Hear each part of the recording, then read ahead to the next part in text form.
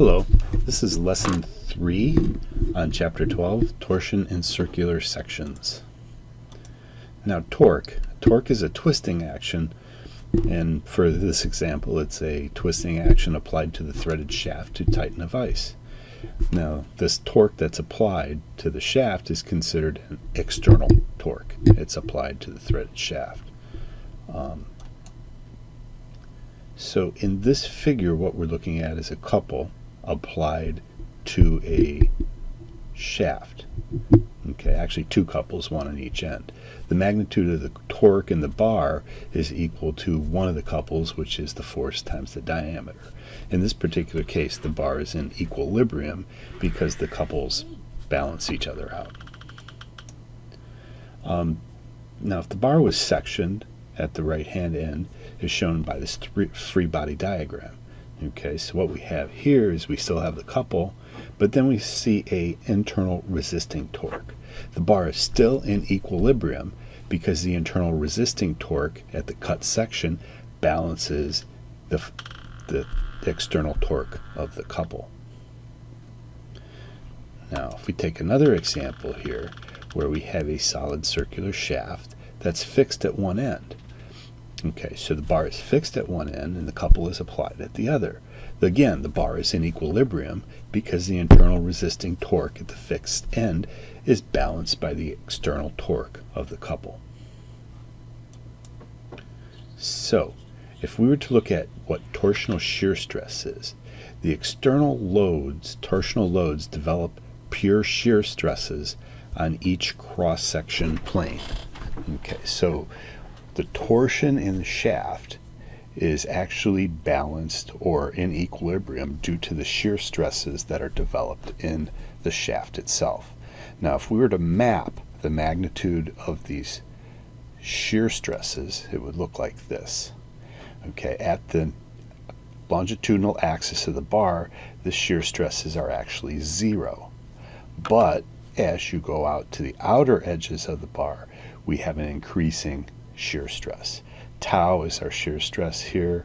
C is the distance from the longitudinal axis out to the outside diameter, and then R would just be the radius here. So torsional shear stress is 0 at the longitudinal axis and increases linearly to a maximum at the outer surface of the shaft.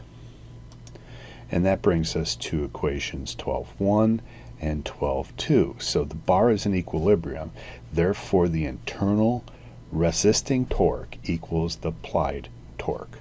Okay, and that's this equation right here. Torque is the shear stress times J. J is a section modulus. It's called the polar moment of inertia. You may have seen that before in other classes, physics maybe. And if we solve for the stress of equation 12.1, we get equation 12.2, which says that the torsional shear stress, tau, equals the torque times the position from the longitudinal axis divided by the polar moment of inertia. And let's take another look at this equation for torsional shear stress. 12.2, tau, the shear stress, is in units of psi, or in SI units, pascals. T is the applied torque. That's in pound inches in the US customary units, or Newton meters in the international units. C is the radial distance from the longitudinal axis. That would be in inches, meters, or millimeters. And then J is the polar moment of inertia. And the units of the polar moment of inertia are inches to the fourth, or meters to the fourth, or millimeters to the fourth.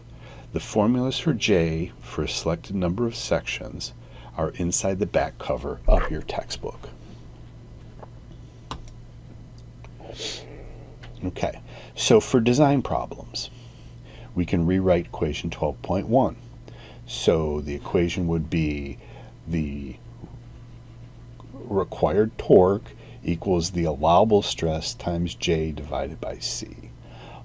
These would be in cases where we're trying to find or size a shaft diameter based on an allowable stress. Okay. And then 12.4 is a special case for design of solid circular shafts, where we take this equation here after substituting in the formula for J, which the diameter is in the formula for J, and if we solve that back for the diameter, we get equation 12.4. So D is the cube root of 16 times the torque divided by pi divided by the allowable torsional shear stress.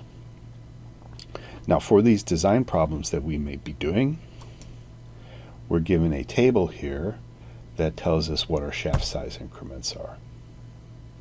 Okay, in inches and meters. Okay, I mean, because you're going to solve this problem, a design problem, for a diameter. Okay, and that diameter is not going to be a size that's available. So you need to know what the next largest size would be. So in this range from 1/2 inch to 2.5 inches, you can buy shafts in 1/16 of an inch increments. And in this range, you can buy them in 1/8 inch increments. And in this range, you can buy them up to 1/4 inch increments. And then these are the millimeters too. So when you have a design problem, please consult this table and then put your answer in terms of a standard shaft size. I'm going to end this lesson right here, and the next lesson will be on angle of twist.